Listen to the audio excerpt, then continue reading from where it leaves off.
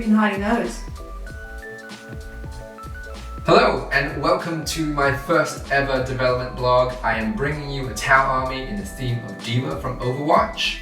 In this video I'll be talking about how I came about the design process, where the idea came from, and the first bits of challenge I found when painting this kill team.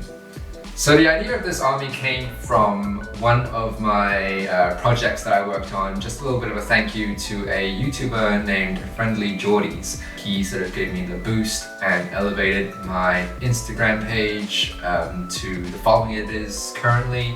And as a thank you, I painted him a devilfish in the sort of color schemes of Belle Delphine. He did a YouTube video about her selling bathwater, and I painted a devilfish transport with 2 pinups of her likeness, and thought that the color scheme actually worked very well, and I want to explore that a little bit deeper. I narrowed down the inspiration which I was drawing the colors from to D.Va from Overwatch, because I really liked the blue and the pink, and pink's not a color that you see very often in Warhammer, and I just thought that it made the army pop really nicely on the tabletop. Speaking of painting with pink, it was a bit of a challenge with just Games Workshop colors. They really only had one colorway going in pink, and it wasn't quite as vibrant as I would have liked it to, so I really had to hammer it in with the highlight pink, which is, I believe, the fulcrum pink edge paint. That sort of really brought about a bit more of a pop. Even though it wasn't as sort of like neon pink as I would have liked it, the pastel color I think works very well, and it really does highlight a lot of just the vibrancy that it brings to the tabletop in contrast with like the blues. So currently I've painted a kill team, which therefore a video with a very special guest coming up, so please subscribe and stay tuned for that video.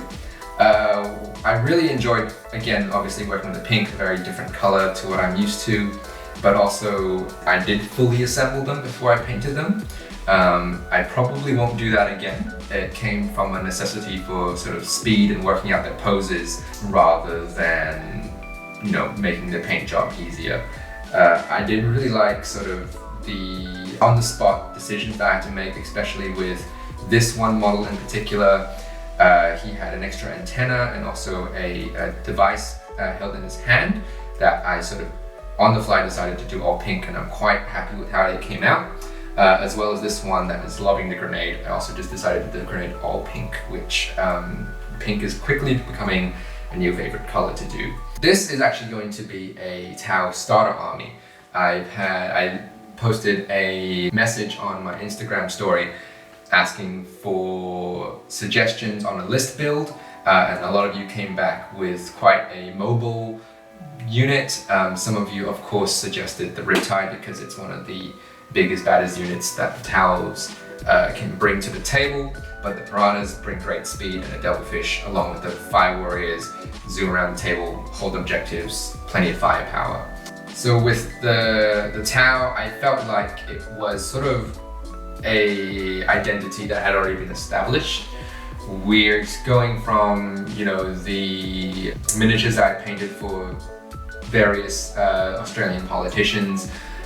It sort of became a bit of an identity that loosely I associated with, and I thought, why not explore it? Also, the Tau Army is quite versatile, and so it's quite a interesting dynamic of, you've got some transports in the Devilfish, you've got some quick sort of aircraft-like vehicles with the Piranhas, you've got obviously the foot soldiers in the Fire Warriors, the Fire Warrior Breachers, and then, you know, you can't do a D.Va Overwatch army without one giant mech, which is originally just going to be the commander, but then I thought I'd go all out with the big Riptide as well. Actually coming in with a color scheme, the mech was very easy. D.Va's mech is all pink, so pretty much the Riptide and commander is going to be all pink. The Tau Fire Warriors was a little bit of a chop and change. I pulled up several references to D.Va images, and I really wanted to first highlight the pink sort of headset that she wears, and you can find that in the antennas. especially also on the gun drones and shield drones as well. It sort of made it sort of like the identifier for her. Obviously she wears mainly a blue bodysuit, which I then did most of the Tau body armor in blue. She has these white accents sort of on her shoulders and her sort of like knees, I believe.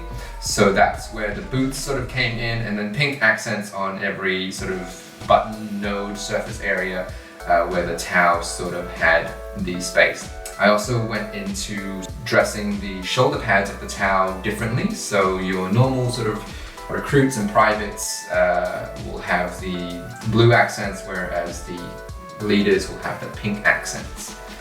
And of course, we will be doing the infamous pin-ups that I did on the devilfish. They'll go on the devilfish as well as the piranhas, and I will obviously be turning safe search off and googling some very, very risky images. So yeah, definitely stay tuned, especially for this kill team. They will be on the board soon with a very special guest. I'm sure you can probably already guess who it is, but subscribe, otherwise you're gonna miss out. So in the next video, I will be putting together the vehicles, the devilfish and the piranhas. I'm just a little bit burnt out with painting infantry at the moment, so I think vehicles was a nice change of pace. So we'll be doing the assembly and how I like to sort of build models and prep them for paint. I think I do partial assembly, which a lot of people have asked me about, and it'll be great to show you, especially with vehicles. It brings a bit more of a challenge than infantry, so please stay tuned for that one, and I'll see you in that video. Bye now.